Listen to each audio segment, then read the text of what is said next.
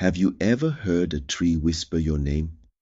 Some say it's just the wind, but others, they know the truth. Deep in the heart of Africa, in a small village forgotten by time, there stood a mighty baobab tree. It had been there for centuries, watching, waiting, holding secrets no one dared to uncover.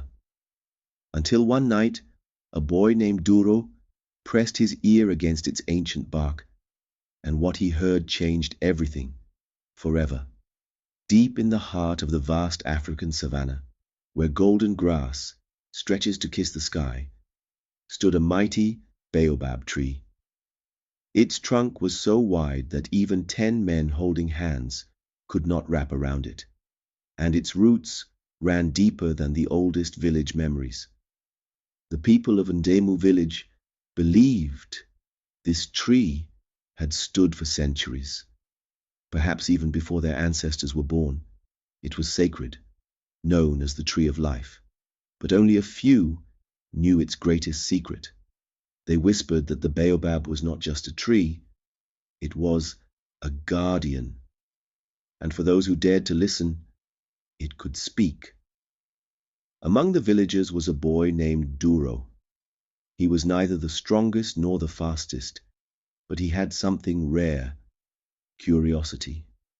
While the other children ran to the river to play, Duro would sit beneath the baobab tree, tracing its rough bark with his fingers, listening to the rustling of its leaves. He felt drawn to it, as if the tree had something to tell him. One evening, when the moon hung like a silver drum in the sky, Duro pressed his ear against the trunk, and then, for the first time, he heard a voice. "Duro? Duro?" The boy's eyes widened in shock. He stumbled backward. Had he imagined it? But the voice came again, soft yet powerful, like the wind moving through the tall grass.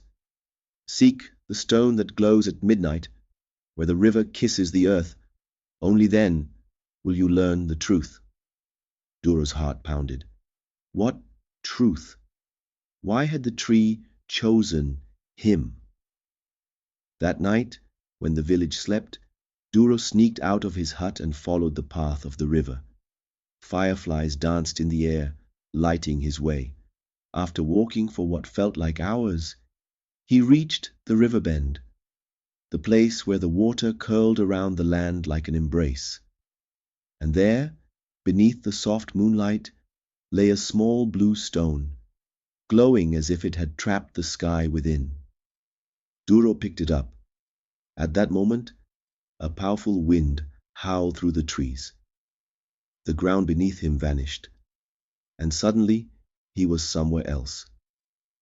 Duro found himself in a different world, a village filled with golden huts, children playing, and warriors wearing bright feathered robes. But something was strange. The people walked past him as if he wasn't there. Then he saw the baobab tree, standing tall in the village center. At its roots sat an old man, his skin as dark as the night, his eyes gleaming with the wisdom of 1,000 stories. "Duro," the man said, smiling, "you have done well." Duro hesitated. "Who are you?" The man placed a hand on the baobab's trunk. "I am Omari, the last guardian of the baobab, and this," he gestured around him, "is the kingdom of your ancestors." Duro's eyes widened. "But my village, we have no kingdom.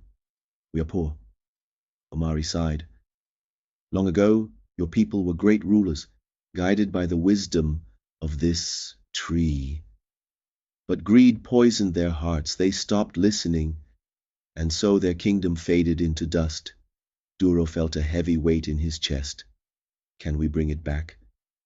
Omari's gaze softened. "Only if the people remember. The baobab still whispers, but no one listens, except you." A sudden gust of wind pulled Duro backward.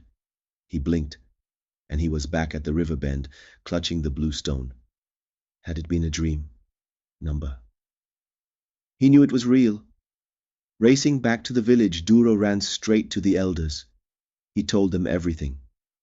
At first they laughed, but then the oldest woman in the village stepped forward. "The boy speaks the truth," she whispered. "Long ago, I too heard the Baobab's voice, but I was too afraid to listen." A hush fell over the crowd. One by one, the villagers walked to the great Baobab tree. That night, for the first time in generations, they pressed their ears against its bark.